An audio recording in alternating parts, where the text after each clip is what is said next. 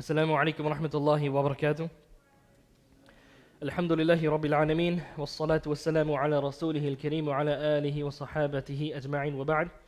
Inshallah ta'ala, we're going to begin with our next session of Mandana Boost. And today, inshallah ta'ala, we're going to be speaking about a very important topic, and that is how do we make decisions in Islam? You know, and everybody, we all make decisions. We do it already. We've done it in the past.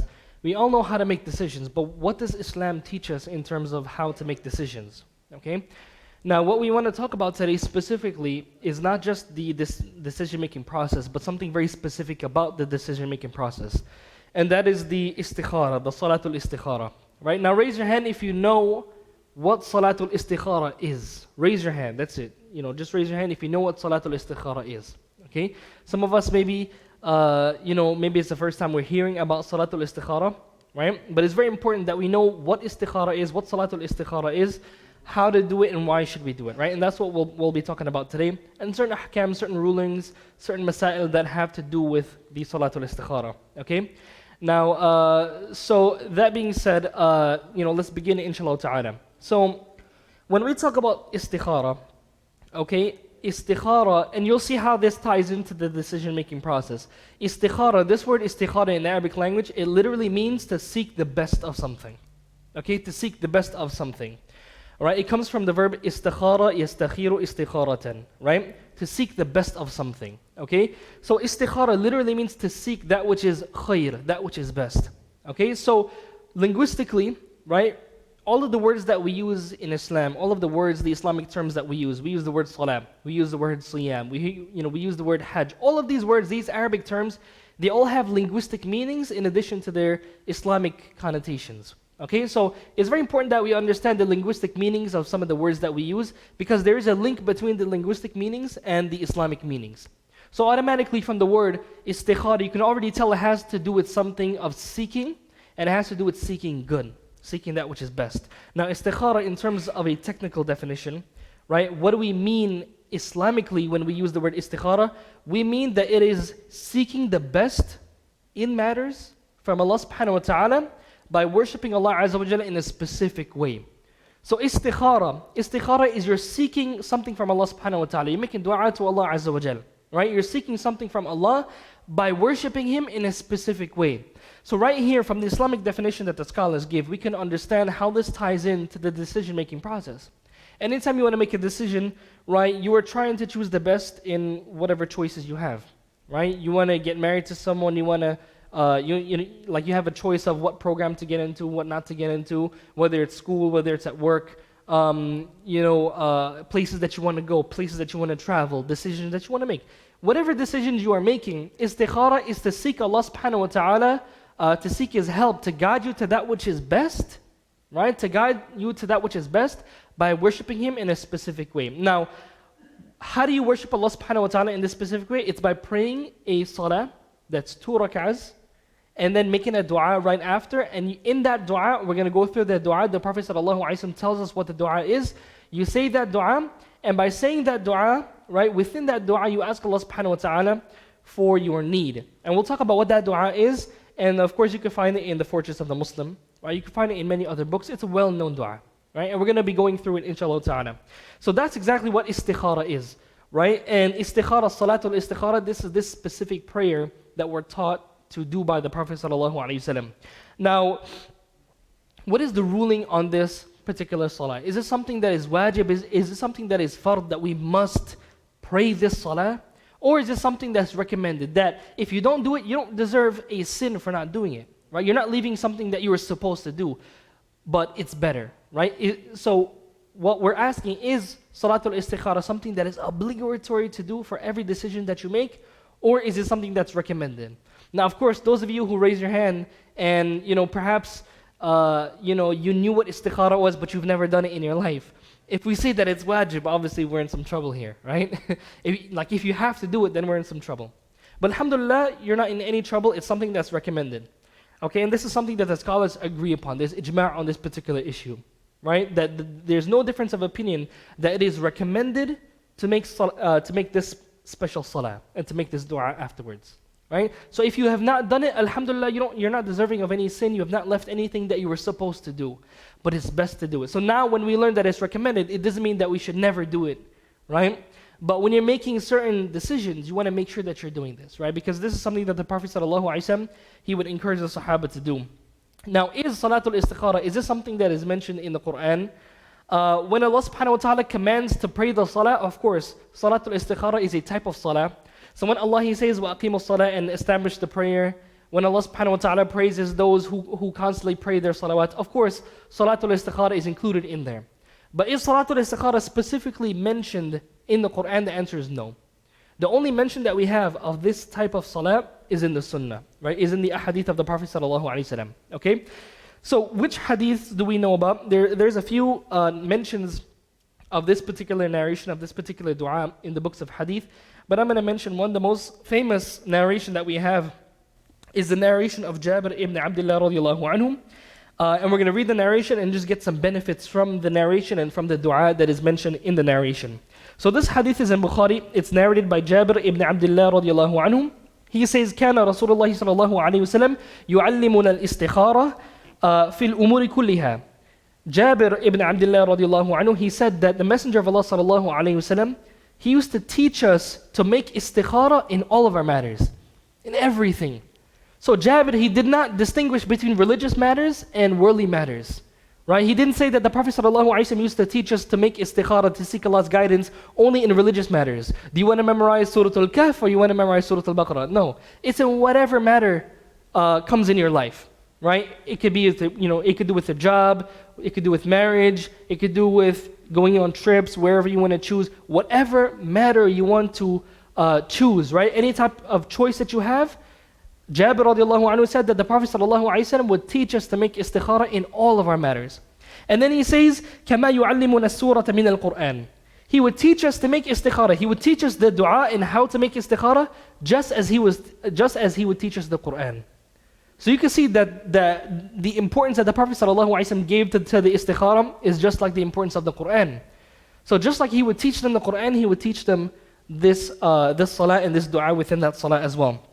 Okay, and then the Prophet ﷺ, Jabir, he quotes him and he says that the Messenger of Allah ﷺ, he used to say, إِذَا هَمَّ أَحَدُكُمْ بِالْأَمْرِ فَلْيَرْكَعْ رَكْعَتَيْن مِنْ غَيْرِ الْفَرِيضَةِ ثُمَّ لِيَقُلْ and then he mentions the dua. He says that the Prophet ﷺ said that when any one of you wants to make a decision, when he has made a decision, when any one of you intends to do something, then let him pray 2 rak'ahs.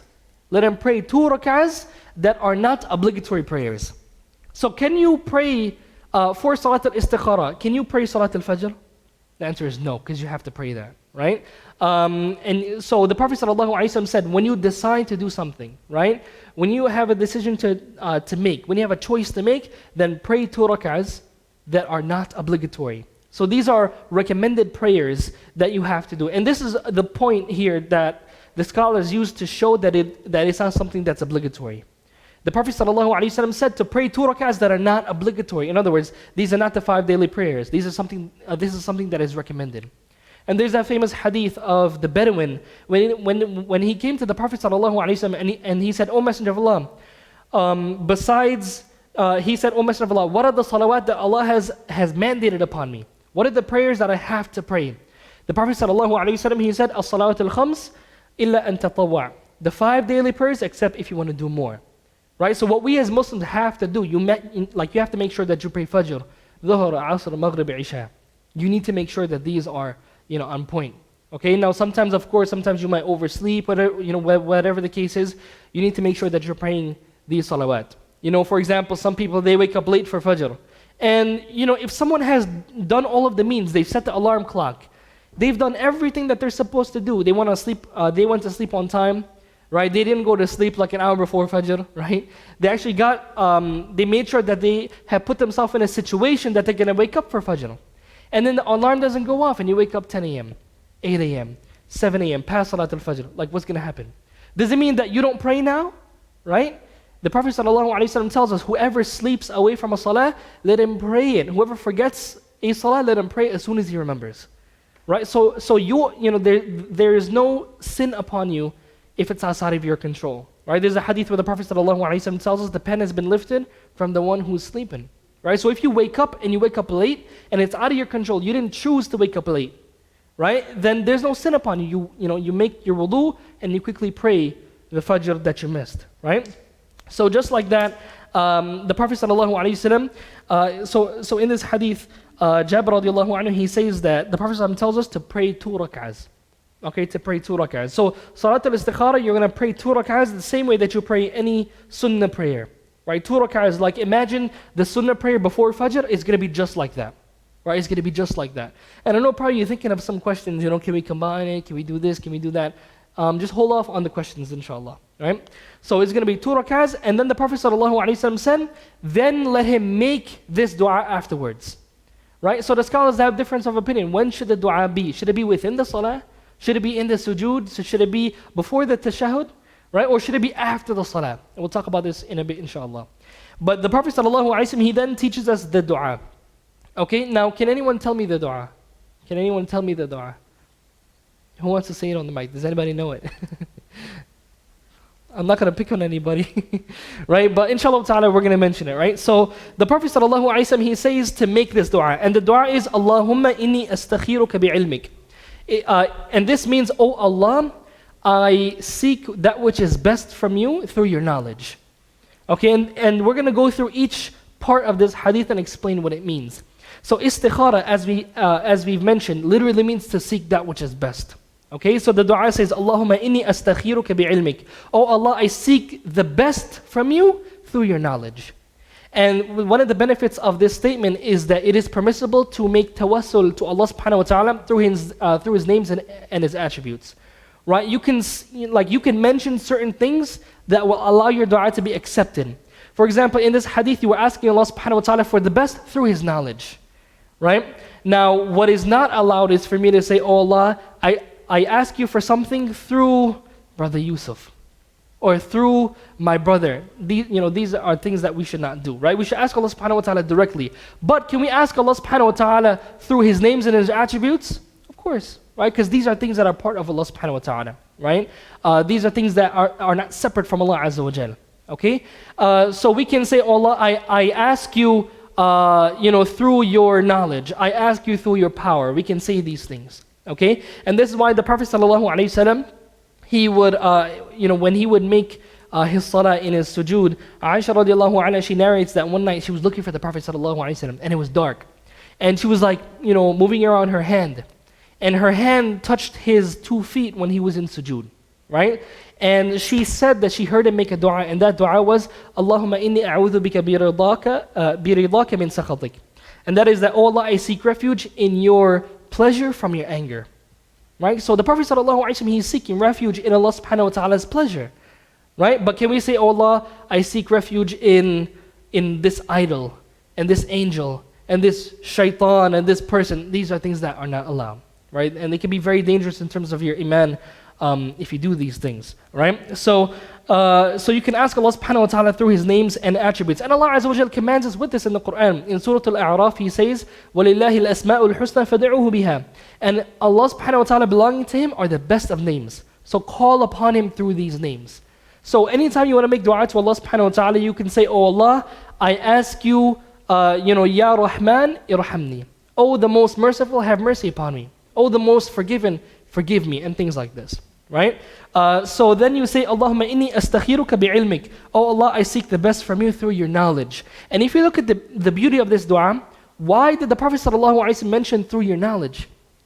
Is because istikhara, you're asking Allah subhanahu wa ta'ala for the best because you don't know what the best is. That's why you're asking Allah subhanahu wa ta'ala for the best. So you're asking Allah subhanahu wa ta'ala through His knowledge because He knows what is best for you. Right? He knows what is the best choice to make. And that's why you're seeking that from Allah subhanahu wa ta'ala. And then the dua continues, وَأَسْتَقْدِرُكَ بِقُدْرَتِكَ. And I seek ability from you through your power. And we said this is another one of Allah's attributes, that you can ask Allah subhanahu wa ta'ala for power through His power. Right? This is one of the attributes of Allah subhanahu wa ta'ala, and that is power. وَأَسْأَلُكَ مِنْ فَضْلِكَ الْعَظِيمِ. And I ask you from your great bounty. And Allah subhanahu wa ta'ala's bounty is infinite. Allah subhanahu wa ta'ala can give you whatever He wants. And Allah subhanahu wa ta'ala can withhold whatever He wants. And then the Prophet ﷺ tells us to say, فَإِنَّكَ تَقْدِرُ وَلَا أَقْدِرُ, because you have all ability, you have all power, and I have no power. And this is one of the etiquettes of dua as well, is that you should also acknowledge your state. You can seek nearness through Allah subhanahu wa ta'ala through mentioning your own situation. And a beautiful example of this is in Surah Al-Qasas. When Musa alayhi salam, when he ran away from Egypt, right? When he ran away from Egypt, Fir'aun wanted to, send his men to get Musa and to kill him. Musa alayhi salam ran away from Egypt, and Allah subhanahu wa ta'ala mentions in Surah Al-Qasas that he went to a place called Madian. Now remember, Musa alayhi salam, he's like a fugitive. He has nothing, he has no money, he has no power at all. Right? He has no family. So he goes to Madian and he finds two women. And these two women, they need some help. Musa alayhi salam, he helps them out.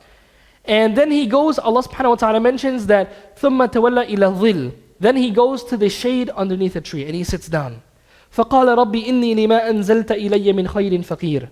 He sits underneath the shade and he says, Oh Allah, whatever you can send me of good, whatever you can send down upon me from good, then I am in need of it. Right? So if you look at the beauty of this dua, he didn't say, Oh Allah, give me. No, he acknowledged his state. He said, Oh Allah, I am in need.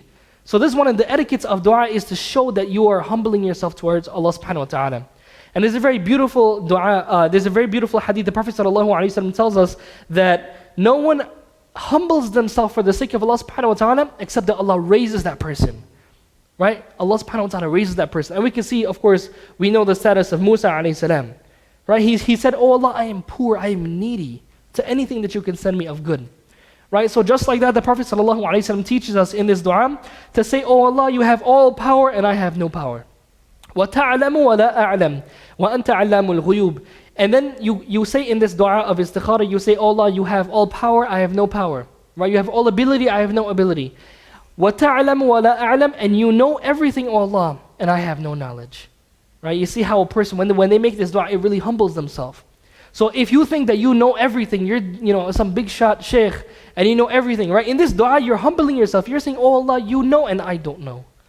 Right? So making du'as like this really cause a person to humble themselves. And then you say in the dua, you say, وَأَنْتَ عَلَّامُ الْغُيُوبِ. And you are the one who knows all that is unseen. So in this dua, you are affirming that Allah subhanahu wa ta'ala, He knows that which you do not know.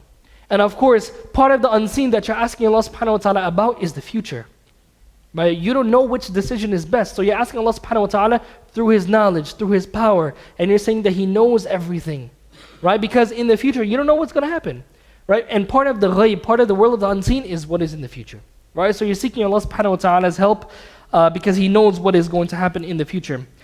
And then you start to ask Allah subhanahu wa ta'ala about your need. So in this dua, you continue to say, Allahumma in kunta ta'lamu anna hadha al-amra khayrun li fi dini wa ma'ashi wa aqibati amri. You say, Oh Allah, if you know that this matter, whatever you're asking about, if this job, if this sister for marriage, if this brother for marriage, if this car that I want to buy, if this thawb, this garment that I want to buy, whatever the case is, whatever your matter is, you say, Oh Allah, if this thing that I'm asking you about, if it is better for me in my deen, wa ma'ashi, if it's better for me in my religion and my worldly life, right? Wa aqibati amri, and my end, in other words, my akhirah, how I'm going to end up. If you know that this matter is better for me in that regard, فَقْدُرْهُ لِي, then decree it for me. وَيَسِّرْهُ لِي ثُمَّ بَارِكْ لِي فِي. Right? Then grant this thing for me. Decree this thing for me and make it easy for me and bless me in it.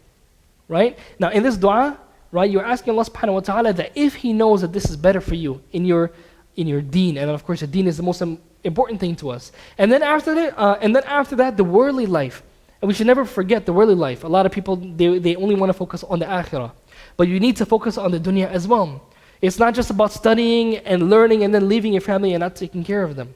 Right? You need to do that as well. You have a lot of people, they go overseas, they go study, and they try to study Islam, but they don't take care of their families. They don't work. Right? And that's a huge problem. Right? That's why we make the dua, we say, رَبَّنَا آتِنَا فِي الدُّنْيَا حَسَنَةً وَفِي الْآخِرَةِ حَسَنَةً. Right? We say, Oh, our Lord, grant us in this world the best and the next life. Right? So we want the best of both worlds, not just one as opposed to the other. Another point of this, another point to consider in this dua is that we say if. We say if. Right? I want you guys to answer this, right? This is my question for anyone who wants to answer, is that there's a dua, right? There's a dua in which the Prophet ﷺ says that لا يقولن أحدكم اللهم اغفر لي إن شئت. Right? There's a hadith that says that none of you should say, "Oh Allah, forgive me if you wish." Forgive me if you wish. Right? So how come in this hadith, we are saying if in this particular hadith. In the hadith that I just quoted, the Prophet ﷺ, he says that do not say, "Oh Allah, forgive me if you wish, if you want." But in this particular hadith in this particular dua of istikhara, the Prophet ﷺ is teaching us to say to Allah, "Oh Allah, if this matter is better for me, then decree it for me." Right? How do we reconcile between both of those things? Anyone? Yeah.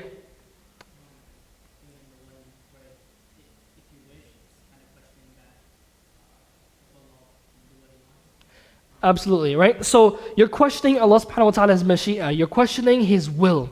You're saying, "Oh Allah, forgive me if you will." And of course, Allah subhanahu wa ta'ala, right? The Prophet ﷺ, in one wording of the narration in Sahih Muslim, he says, لِيَعْزِمِ الْمَسْأَلَةِ, that the person should be certain in asking Allah subhanahu wa ta'ala. So when you know something that is good, when you know something that's good, right? When you know that something is good and there's no evil in it, like Allah's forgiveness, then you do not link it to Allah subhanahu wa ta'ala's will, because it's absolutely good. But in the dua of istikhara, you're asking Allah subhanahu wa ta'ala for something you don't know if it's good or not. So it's not the same as asking Allah subhanahu wa ta'ala for His forgiveness, that's always good. You're asking Allah subhanahu wa ta'ala that, "Oh Allah, if you know this car is better for me, if this woman to get married to her is better for me, if this man to get married to me, if you're a sister, is better for me." Right? These are things that you don't know whether or not it's good. Right? But when it comes to Allah subhanahu wa ta'ala's forgiveness, when it comes to Allah subhanahu wa ta'ala's Jannah, these are things that are absolutely good. There's no doubt in it. Right? So you should always ask Allah subhanahu wa ta'ala for these things without linking Allah subhanahu wa ta'ala's will to it. But can I ask Allah subhanahu wa ta'ala and say, "Oh Allah, if this car is better for me, then grant me it"? Of course. Because that's what dua of istikhara has. Right? So to go back, you say, Allahumma in kunta ta'lam anna hadha al-amr khayrun li fi dini wa ma'ashi wa aqibati amri. Oh Allah, if you know that this matter is better for me in my religion, my life, and my end, فَقْدُرُهُ لِي وَيَسِّرْهُ لِي ثُمَّ بَارِكْ لِي فِيهِ.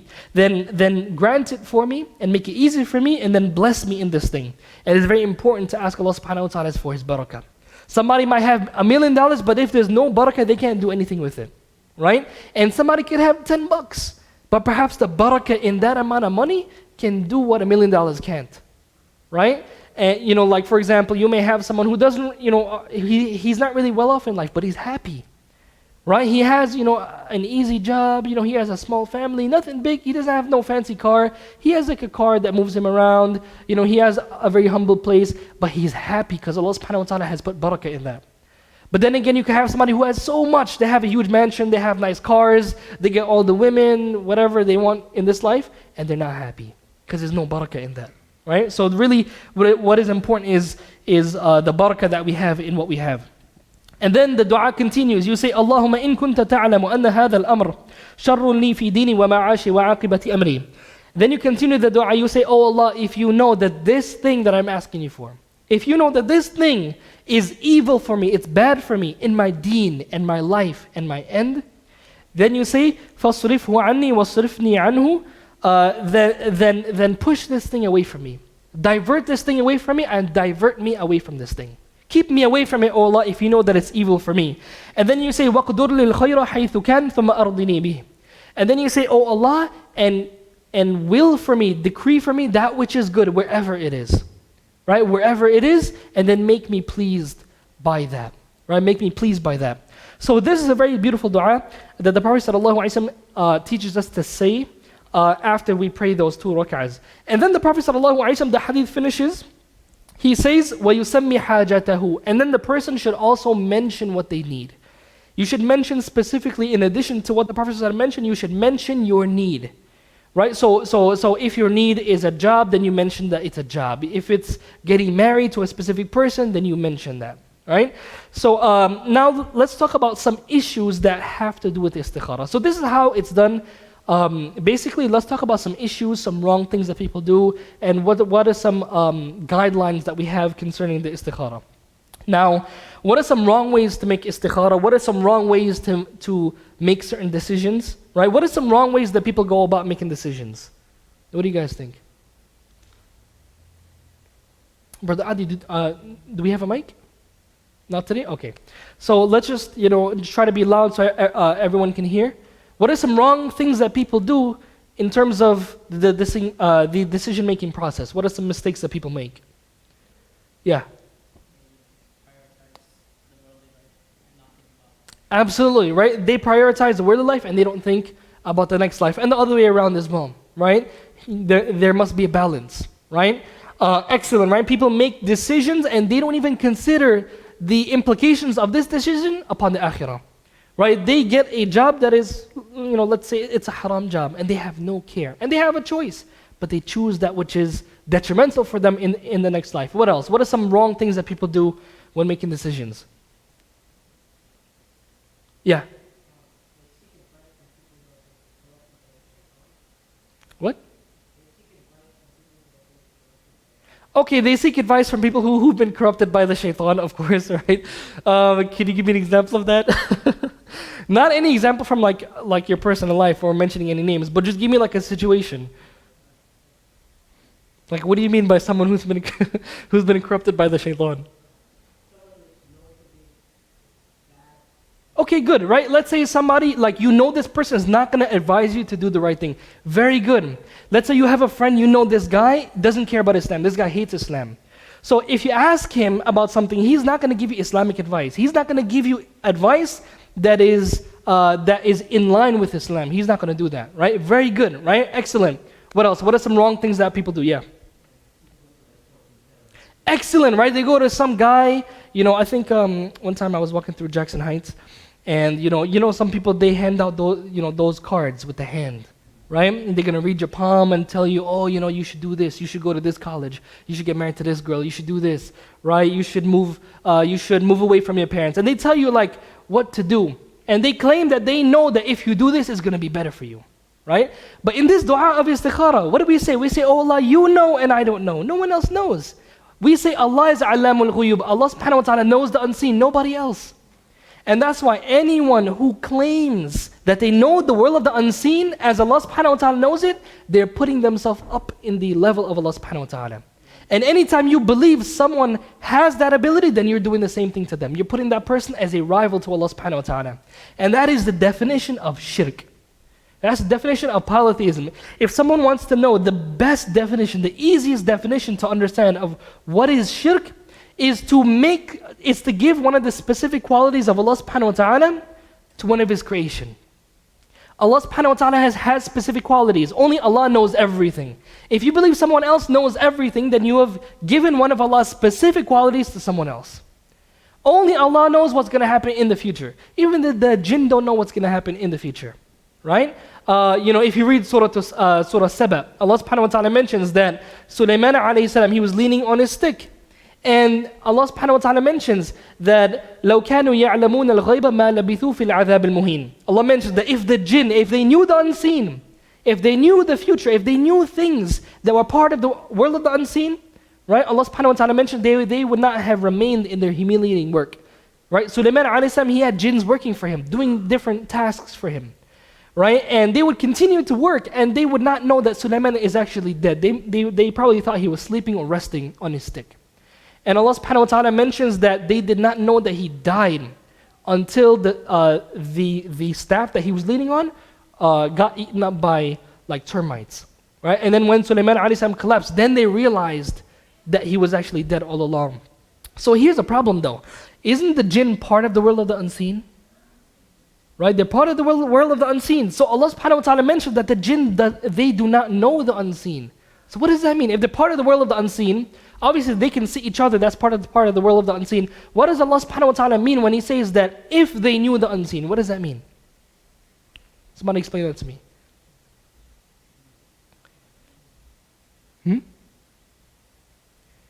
Okay, no one. Okay, so the answer is that the jinns, even though they're part of the world of the unseen, they don't know absolutely what is in the world of the unseen. They only know some of it, whatever Allah subhanahu wa ta'ala has given them the ability to know. So for example, the future they don't know.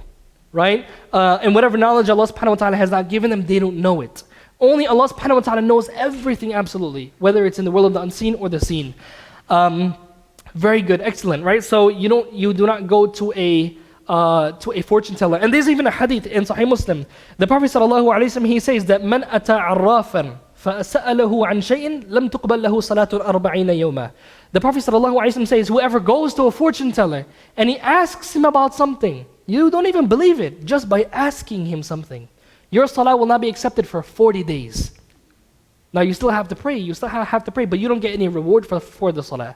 But if you leave the salah, then of course you get the sin and you get the punishment in the akhirah if Allah subhanahu wa ta'ala wants that, right? You still have to pray, but you get no reward for your salah for 40 days, right? So that's about 200 salawat, 5 times a day for 40 days, you don't get rewarded for 200 of your salawat, right? So just by going to the fortune teller, why do you think that a person gets this punishment just by asking? What if someone says that I'm just asking him just because I'm curious? Why is my salah not going to be accepted just by asking? Right? There's another hadith that mentions that whoever goes to a kahin, whoever goes to a fortune teller, and he فَصَدَّقَهُ, and then he believes him, فَقَدْ كَفَرَ بِمَا أُنزِلَ عَلَى مُحَمَّدٍ, then he is disbelieved in what has been revealed upon Muhammad sallallahu alaihi wasallam. Right? The hadith in Abu Dawood. So if you go and you just ask, your salah is not accepted for 40 days. If you go and you believe him, how can you believe someone who knows the future? Right? No one knows the future. You're actually believing something that is kufr, that is disbelief. So that's why the Prophet ﷺ says, if you believe him, you've left Islam. You've disbelieved in Islam. So my question is, how come there is the punishment of your salah not being accepted for 40 days when you don't even believe him? You're just asking him the question. How do we understand this? Why is there that punishment? Just for asking him. Anyone else? Yeah.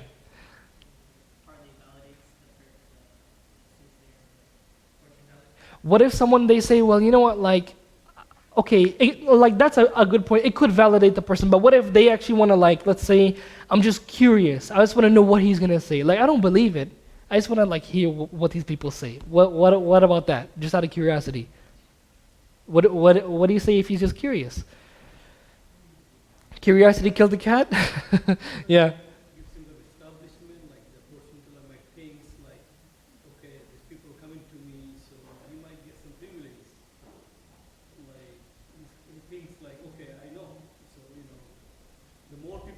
Okay, excellent, right? The fortune teller might have confidence that this Muslim guy, look, even the Muslims are coming to me now, right? And also a lot of these people, they make a lot of money. This is a business for them, so you have to pay him.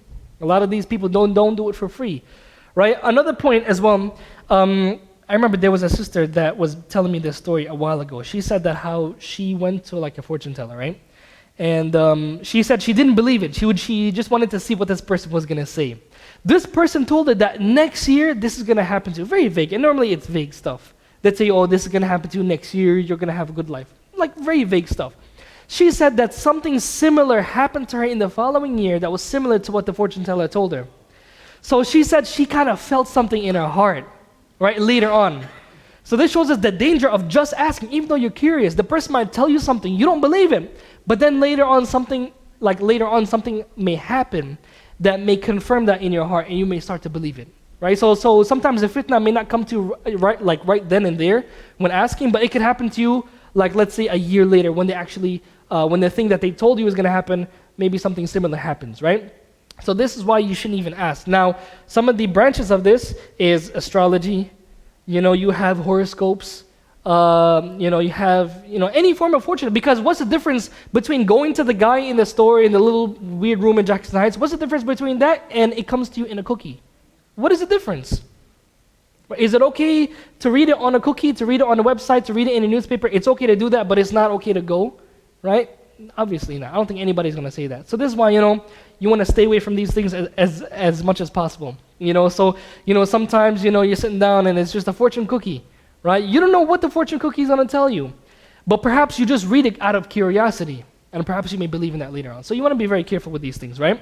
And these superstitions. So that's a very prominent mistake that a lot of people make. They go to fortune tellers and astrologers and things like this. right? There's also some other problems that people, like wrong things that people do when it comes to decision making.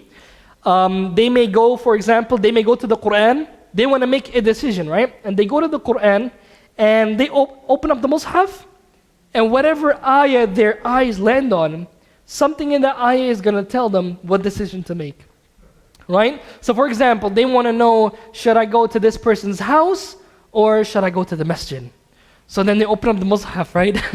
and their eyes gaze upon a verse that says Salah, and they're like, where is Salah going to be prayed? In the Masjid. Okay, this means I should go to the Masjid, right?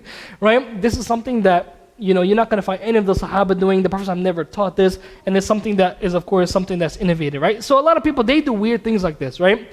You want to stay away from these things, right? Don't use things that are Islamic and use them your own way, right? And the people of Jahiliyyah, right? The people of Jahiliyyah, what they would do is that when they would go out on a journey, right? When they would go out on a journey, they would set out. Now, when they go on their journey, they will have this concept called tiyara, right? Tiyara. Now, what tiyara is that if they see a bird on the way, right? Depending on where the bird would fly, that would determine where they would go. So they would say, you know what? If this bird flies in this direction, we're going to go on our journey, right? It means good luck. And if the bird flies the other way, then that means it's bad luck. And then they would go back home, right? Because that meant that the journey would have some like misfortune in it, right? So they would, when they would see the bird fly in the wrong direction, they would say, you know what, we have to go home. The Prophet ﷺ, what does he say about this? He says, al-tiyaratu shirk, al-tiyaratu shirk, al-tiyaratu shirk. He repeats and he says that this is shirk. This tiyara, using the bird like this, is shirk. And there's many other examples where the Prophet ﷺ would mention that certain things are shirk. Okay? So what we get from this is all types of like bad luck and good luck, these charms, all of these things, they are also just like tiyara. Alright? So for example, someone they see a black cat cross and then they don't go. And then they make a decision to turn back because they feel that means bad luck. Right? There's no such thing as bad luck in Islam. There's only the qadr of Allah subhanahu wa ta'ala, right? So this is another mistake that people make. So when should you make the dua of istikhara? When should you pray the salah and then make the dua of istikhara? Anytime you have a choice, whether it's a worldly matter or whether it's a religious matter, right? Jabir radiallahu anhu, he said that the Prophet ﷺ would teach us istikhara in all matters. In all matters. Now, when it comes to things that you know are absolutely good, when you know that things are absolutely good and Allah subhanahu wa ta'ala loves these things, then you don't make istikhara for those things. So for example, you have to pray Maghrib. Are you going to say, oh Allah, if you know Maghrib is good for me, then decree it for me. But if you know Maghrib is bad, no, Maghrib is not going to be bad for you at all. So the things that you know are absolutely good that you have to do, that Allah has commanded you, that He has commanded you to do, those things you don't make istikhara for those things. You don't say, oh Allah, if Hajj is good for me, then decree it for me. But if Hajj is bad, like no. Right? You have to make Hajj, something that's wajib upon you. One of the 5 pillars of Islam. You're in Ramadan, oh Allah, if fasting tomorrow in Ramadan, if it's good for me, then no. These are things that are good. Right? So what you should do for these things is make dua that Allah subhanahu wa ta'ala makes them easy for you, and that's it. So istikhara is only for those things that you don't know whether it's good or bad for you. Right? And we mentioned some examples like getting married, right? Or going out with your friends. You want to go to this restaurant or that one? You want to go to this theme park or that theme park? You want to go go-karting, you want to go on this go-kart or that, whatever the case is, right? Any of the small matters, anything you make istikhara for, right? Now as we mentioned the example of Hajj, when it comes to Hajj now, you don't make istikhara for Hajj, but these specific things that will lead you to Hajj, you could make istikhara for. So for example, oh Allah, should I go with this Hajj package, this Hajj group, or that Hajj group? You can make istikhara for that. Why? Because you're not making istikhara for Hajj itself, but the means of Hajj that the religion doesn't command you to specifically do. So, oh Allah, should I go to Hajj with epic pilgrimage, or should I go to Hajj with some other Hajj group, right? Whatever the case is, right? You can make istikhara for these things. And like another example, when it comes to marriage, the Prophet ﷺ commands us to get married. So we know that that's good. Should you make istikhara, oh Allah, should I get married or not? No. Right? What you can make istikhara for is, oh Allah, should I marry, let's say a brother, he says this, not me, right? A brother, he says, oh Allah, should I marry Fatima or Zainab? Or if there's a sister, she says, oh Allah, should I marry Abu Bakr or Umar, right? But to get married itself, no, you should try to get married because it's something that the Prophet ﷺ commands us to do, right? But in terms of the specifics of it, the Islam does not stipulate, you can make istikhara for those things. What is it? Could you make istikhara for haram? Oh Allah, should I commit zina with? Of course not. A'udhu billah, right? This is stupidity, right? Nobody would make istikhara for these things, right? There's no seeking good in there. How are you going to seek good for something that you know is shar, is evil, right? So istikhara is only in the mubahat, the permissible matters that you do not know if it's going to end up as good or bad. Okay? طيب. Also, in the salah of istikhara, is there any recitation that's specified? Is there any specific surahs that you should recite in the 2 rak'ahs? And the answer is no. The Prophet ﷺ never taught us about any specific surahs to recite in Salatul Istikhara. So whatever you want to recite. Certain people, they make a mistake. They say that, you know what? You want to ask Allah subhanahu wa ta'ala for a job, recite the ayat that have to do with, tijara and things like this. No, absolutely not. That's not going to help you at all. Now, if, let's say you just like that ayah and you want to recite it, okay, no problem. But you cannot believe that that's going to, make your dua get accepted or that's going to give you the guidance, right? The guidance is within the dua and doing it the way that the Prophet ﷺ teaches us. Excellent, right? So that's in terms of the recitation. A lot of people, they may say that, you have to do istikhara for 7 days in a row and then it's really going to be good for you, whatever you want to choose. And the answer is no. The Prophet ﷺ never taught us about any, number.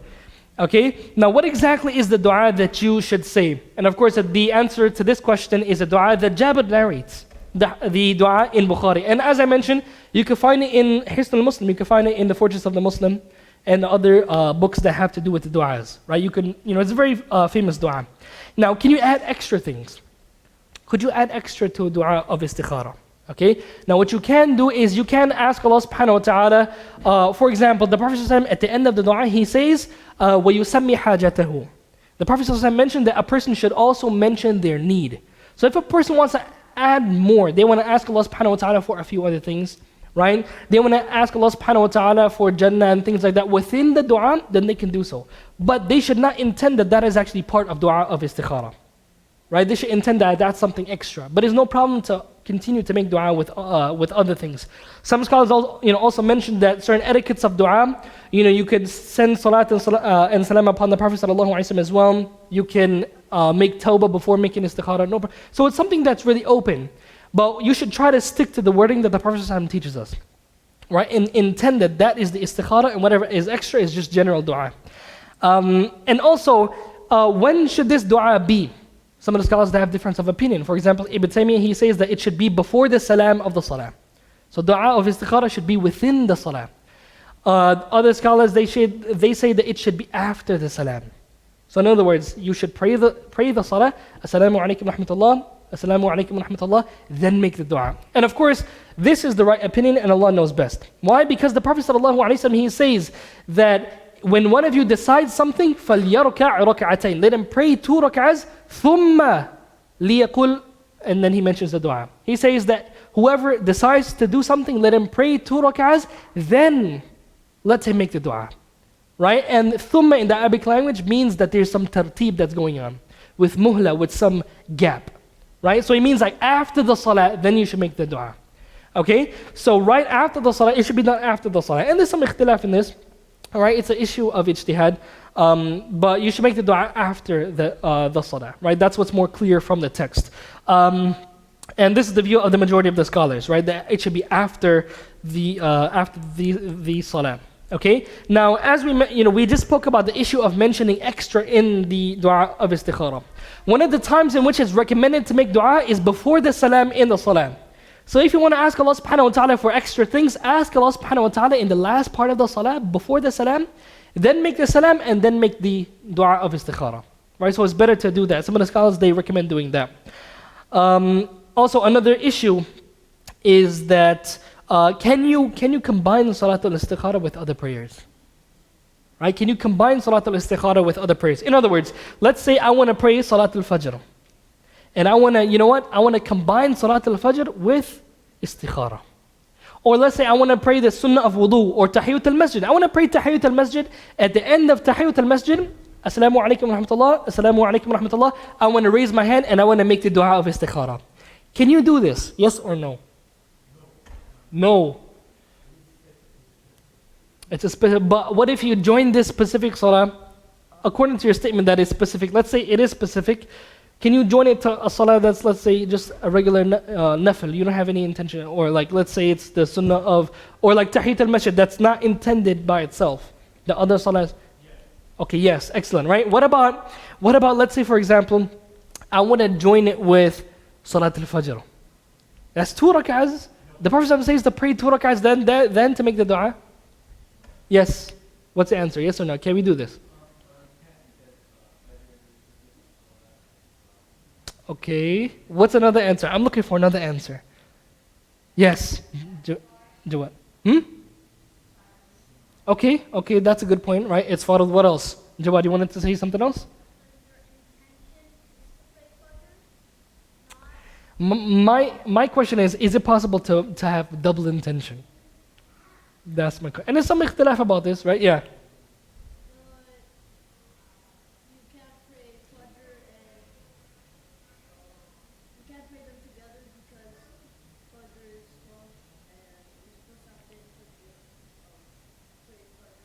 Okay, that's a good point. Now in the hadith, the answer is in the hadith.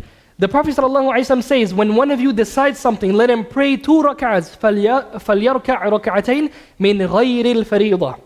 That is not the obligatory prayers. Right? That is not the obligatory prayers. And this is one of the proofs that the scholars use to show that you can combine it as long as it's not the obligatory prayers. So for example, if somebody wants to join it with tahiyyat al-masjid, they could do so. If somebody wants to join it with the sunnah of dhuhr, 2 rak'ahs, then they could do so. There's some ikhtilaf in this, of course. Some of the scholars mentioned that it's best not to do this, right? If you don't feel comfortable with it, or you're not sure, right? Then it's best to just make a separate individual 2 rak'ahs, especially for istikhara, right? But you could do this. For example, you're praying qiyamul layl, 2 rak'ahs of qiyamul layl, you want to also make that your salatul istikhara. No problem with that. Why? Because the Prophet ﷺ said to pray 2 rak'ahs. Did he say that it must be a specific salah of 2 rak'ahs? No. He says to pray 2 rak'ahs that are not obligatory. So in other words, Salatul Istikhara can be, you can have the dual intention of that particular salah and Salatul Istikhara as long as it's not an obligatory prayer.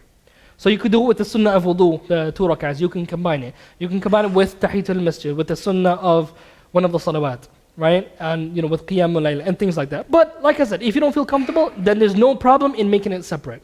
Question? Yeah?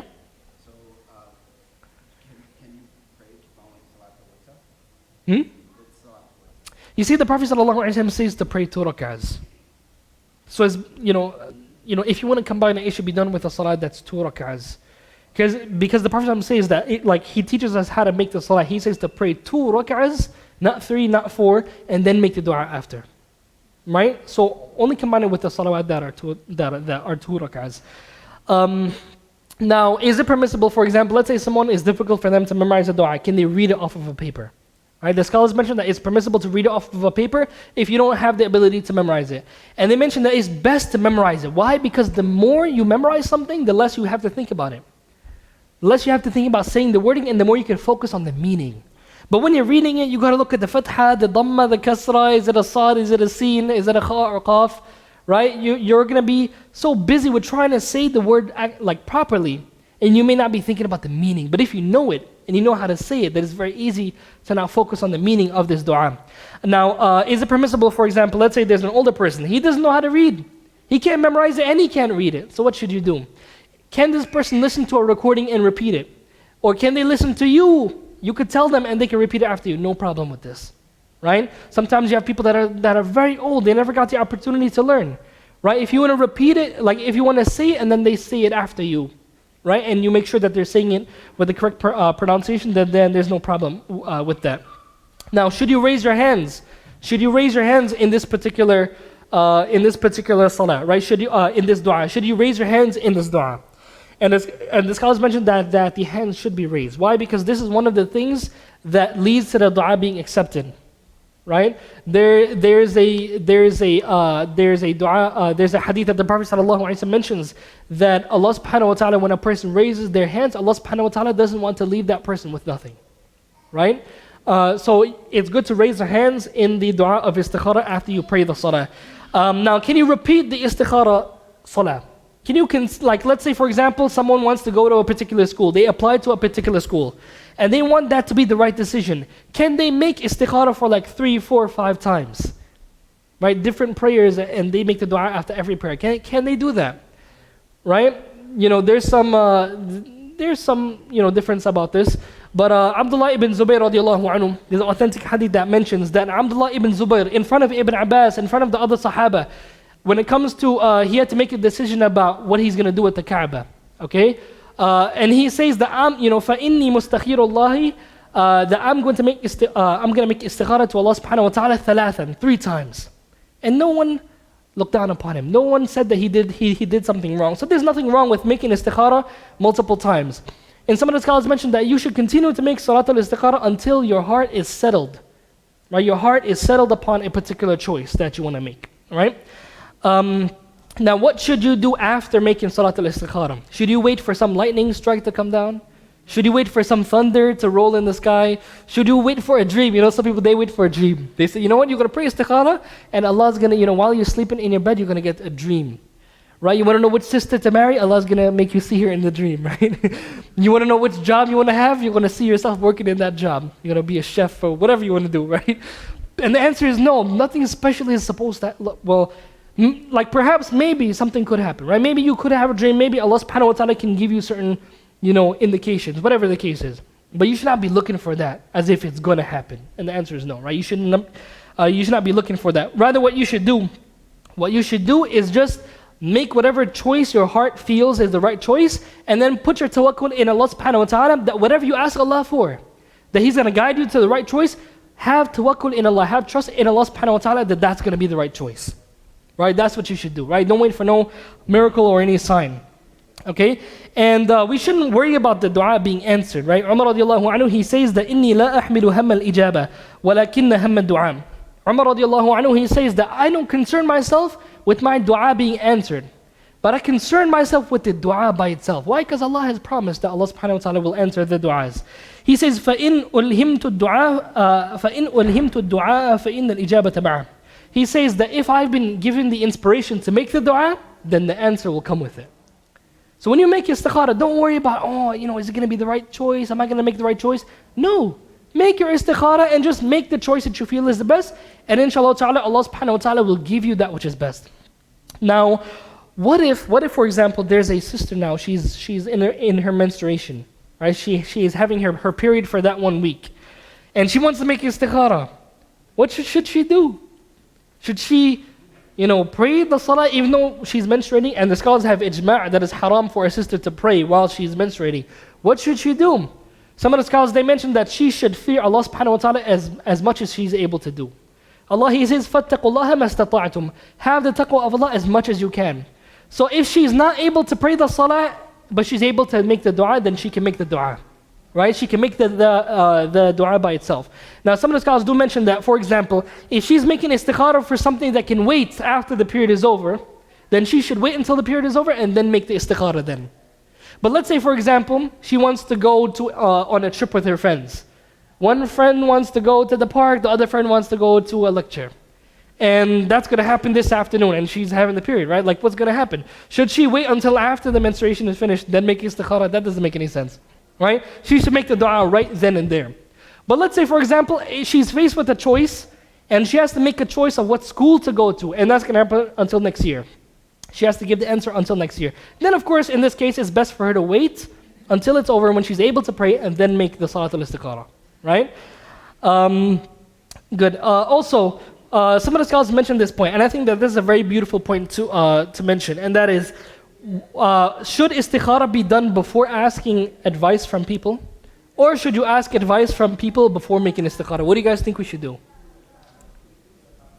You should make istikhara first. Who thinks you should ask advice from your friends or from people of knowledge first? Who thinks you should do that? Okay, there's a principle that some of the scholars mention, and that is that seeking guidance from Allah subhanahu wa ta'ala is always before seeking guidance from the people. Right? So what's best, and it's not as if it's haram, right? But what is best, right? It's not just obligatory, but it's best. What is best is for you to make istikhara, then you can go out and seek advice from people. But always seek Allah subhanahu wa ta'ala's guidance first. Because you can seek the advice of whoever you want.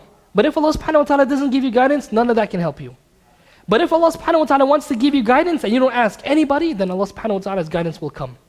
Right? So that's why that should always be first, and you should seek the advice of people afterwards. Now, the last point that I want to touch upon is, what if you make istikhara now, you pray the salat al-istikhara, you do everything as you're supposed to be doing it, and nothing happens. You make a choice, and that choice actually becomes really bad for you. I'm going to give you an example. Let's say there's a brother, he wants to make istikhara, and he wants to marry one sister over another. He doesn't really know which one to marry. And he mentions, oh Allah, if this sister is good for me, then grant her to me. And he makes a dua, and he makes a choice to marry one of the sisters. And he marries that one sister, but when he marries that sister, she gives him hell. Right? She's like beating him up, she's not doing anything for him, she's like really rude, and always arguments and things like this. What does this mean? This person might say, you know what, the istikhara didn't work. Right? Istikhara, you know, it just wasn't strong, whatever the case. What is your answer to this? How would you explain to this person? Because in the dua, you're asking, oh Allah, give me that which is best. Oh Allah, give, you know, if you know this is good for me, then grant it for me. And he marries that sister. And she's giving him hell. He's beating them up and everything. And he's saying the istikhara doesn't work. Well, what would be your response to this guy? Yeah. It's a test, okay. Right, it's a test. But he's be like, it's a test, but it's a test and my istikhara didn't work. Right? He might say that, right? Khalid, yeah?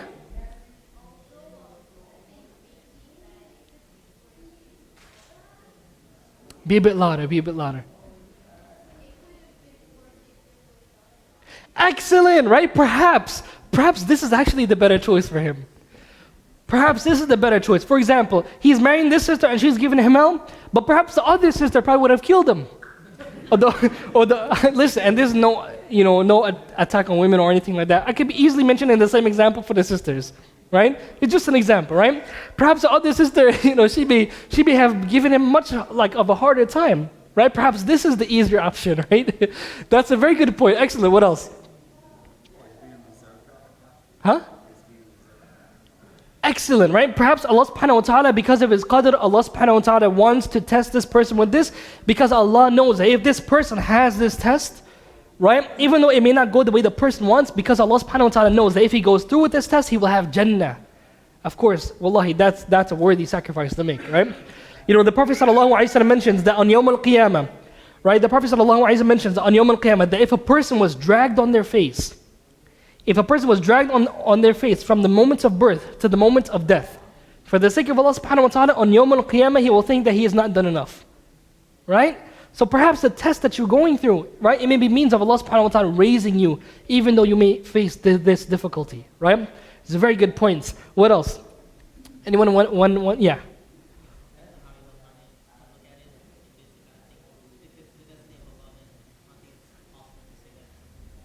Excellent, right? It may be bad from one aspect, but ultimately it's good if Allah subhanahu wa ta'ala wants that for you, right? The ending or the hikmah of that is always, that makes it ultimately good.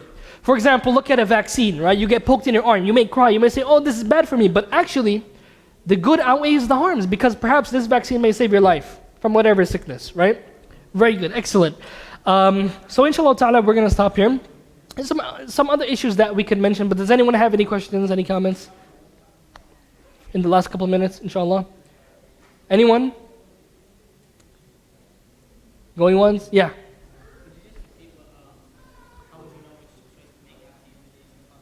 You just choose whatever you feel is going to be the best choice. For example, you're choosing colleges to go to, you get accepted to a couple, right?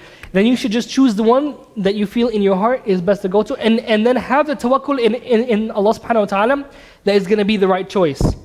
Right? And I think that anyone who's being sincere and they don't have any reason for their du'as being rejected. For example, the Prophet sallallahu alaihi wasallam, he tells us that a person's du'a can be rejected if he is consuming haram. If they don't have any reason for their dua to be rejected, and they're certain in their dua, right, and they're sincere, then of course, definitely, Allah subhanahu wa ta'ala will not, do away with the efforts of his slaves, right? Allah subhanahu wa ta'ala, when a person is sincere, Allah subhanahu wa ta'ala will open a door for them, right? So you should just make the decision that you feel is going to be the best, right? And then have tawakkul in Allah that eventually the outcome of it will be better than whatever other choice you didn't choose, right? Excellent. Anything else? Any other questions? Last question before we stop. All right, so we ask Allah subhanahu wa ta'ala to make us among those who constantly make the istikhara for all of their decisions. We ask Allah subhanahu wa ta'ala to accept our supplications and to make us sincere.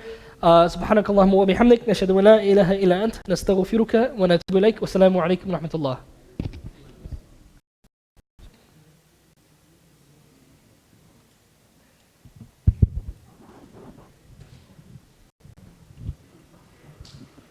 الله أكبر الله أكبر الله أكبر الله أكبر أشهد أن لا إله إلا الله أشهد أن لا إله إلا الله أشهد أن محمد رسول الله أشهد أن محمد رسول الله حي على الصلاة حي على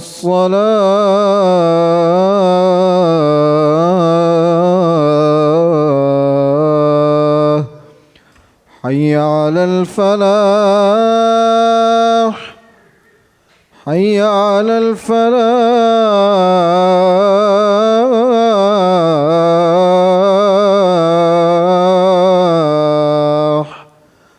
الله أكبر الله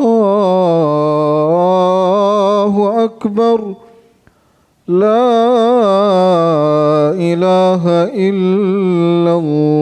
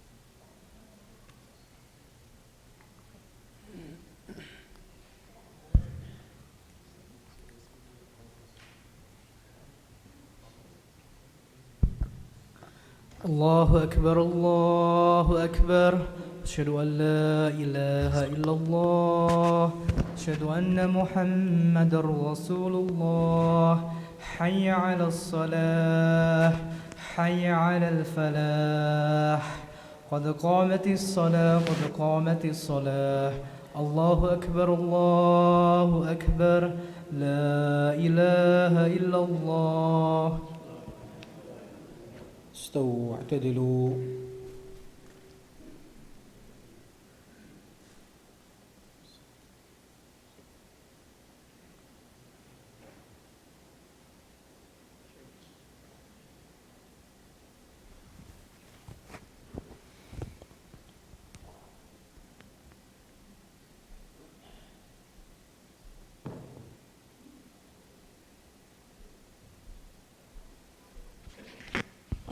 استووا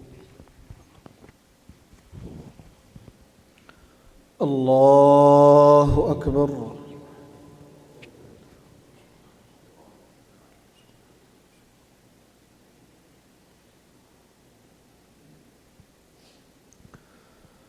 الحمد لله رب العالمين الرحمن الرحيم مالك يوم الدين إياك نعبد وإياك نستعين اهدنا الصراط المستقيم صراط الذين أنعمت عليهم غير المغضوب عليهم ولا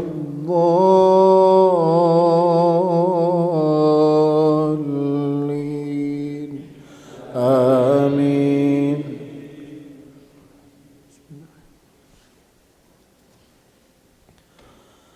يسألونك عن الأنفال قل الأنفال لله والرسول فاتقوا الله وأصلحوا ذات بينكم وأطيعوا الله ورسوله إن كنتم مؤمنين إنما المؤمنون الذين إذا ذكر الله وجلت قلوبهم وإذا تليت عليهم آياته زادتهم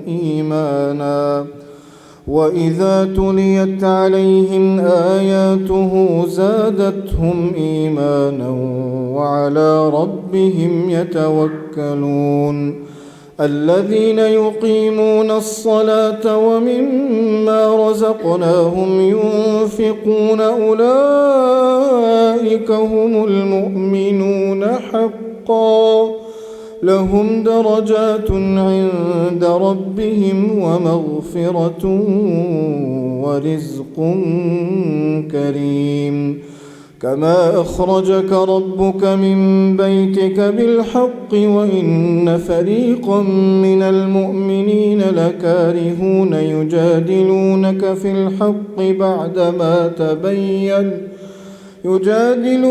في الحق بعدما تبين كأنما يساقون إلى الموت وهم ينظرون وإذ يعدكم الله إحدى الطائفتين أنها لكم وتودون أن غير ذات الشوكة تكون لكم ويريد الله أن يحق الحق بكلماته ويقطع دابر الكافرين ليحق الحق ويبطل الباطل ولو كره المجرمون إذ تستغيثون ربكم فاستجاب لكم أني ممدكم ب1000 من الملائكة مردفين وما جعله الله إلا بشرى ولتطمئن به قلوبكم وما النصر إلا من عند الله إن الله عزيز حكيم إذ يغشيكم النعاس أمنة منه وينزل عليكم من السماء ماء وينزل عليكم من السماء ماء ليطهركم به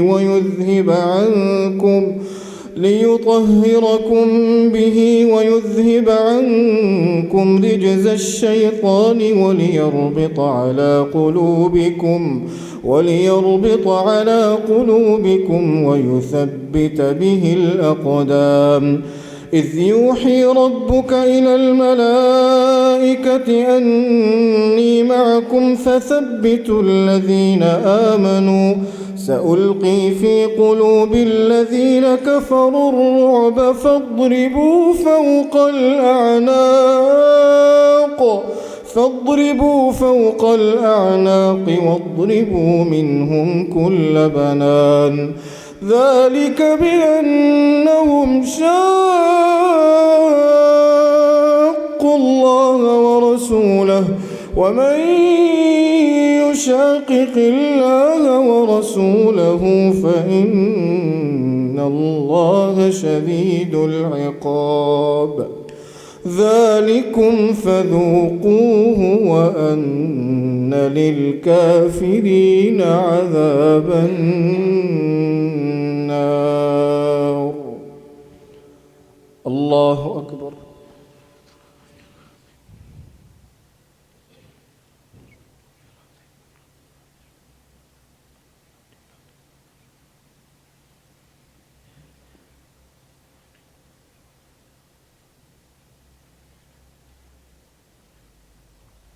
سمع الله لمن حمده. الله أكبر.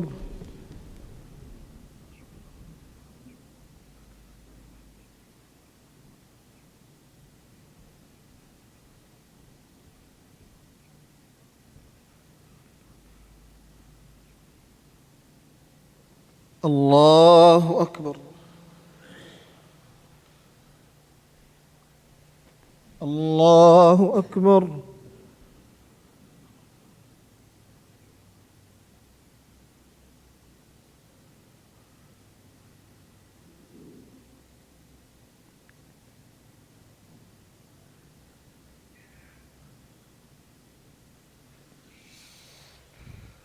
الله أكبر.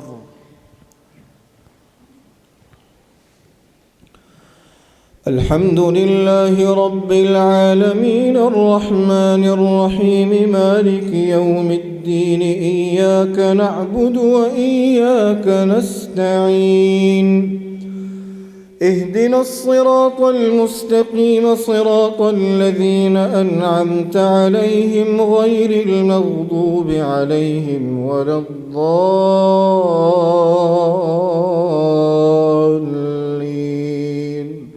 آمين.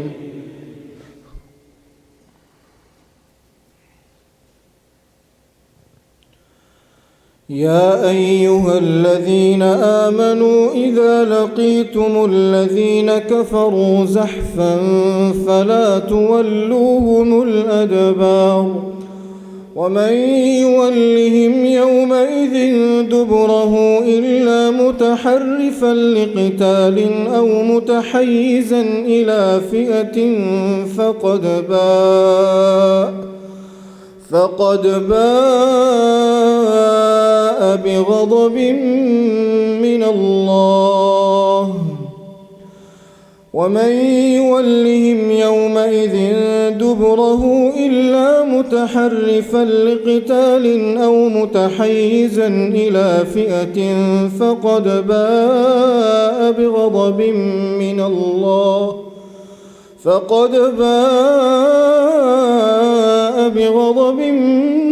الله ومأواه جهنم وبئس المصير. فلم تقتلوهم ولكن الله قتلهم وما رميت إذ رميت ولكن الله رمى وليبلي المؤمنين منه بلاء حسنا إن الله سميع عليم. ذلكم وأن الله موهن كيد الكافرين إن تستفتحوا فقد جاءكم الفتح وإن تنتهوا فهو خير لكم وإن تعودوا نعد ولن تغني عنكم فئتكم شيئا ولو كثرت وأن الله مع المؤمنين. الله أكبر.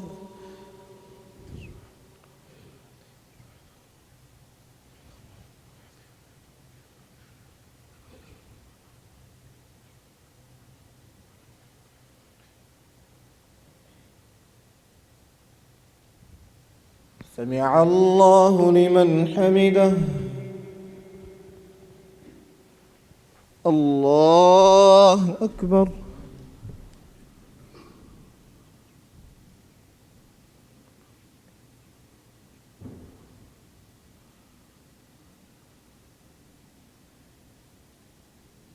الله أكبر. الله أكبر.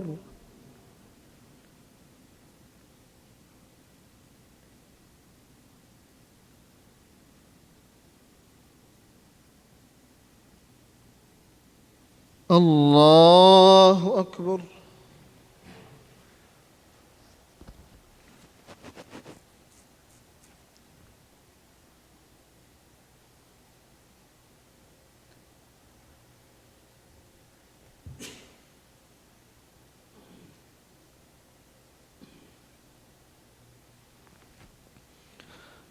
الله أكبر.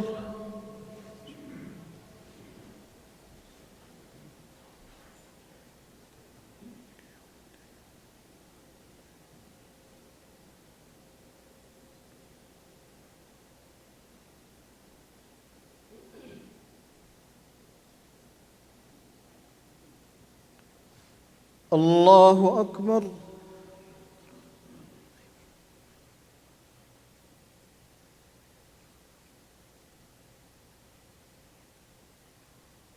سمع الله لمن حمده. الله أكبر.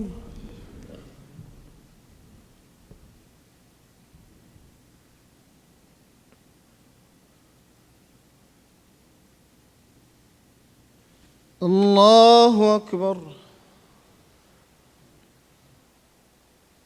الله أكبر.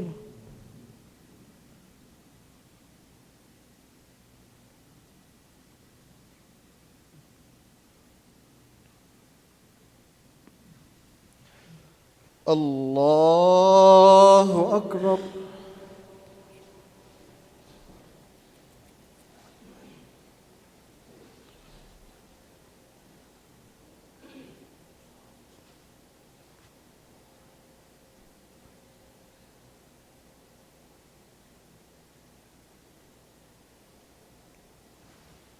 الله أكبر.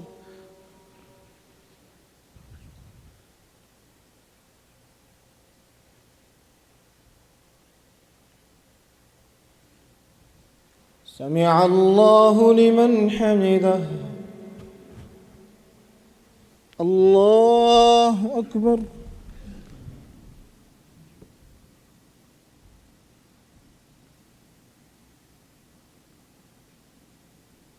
الله أكبر. الله أكبر.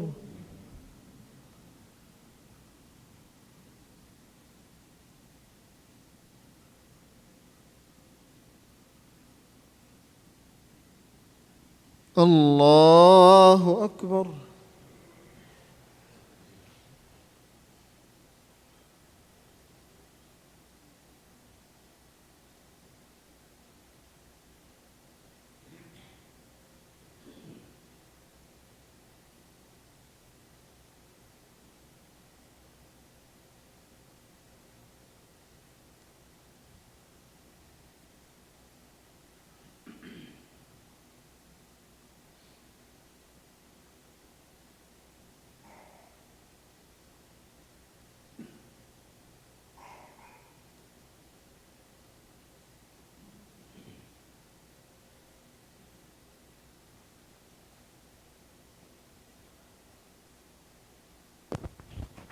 السلام عليكم ورحمة الله.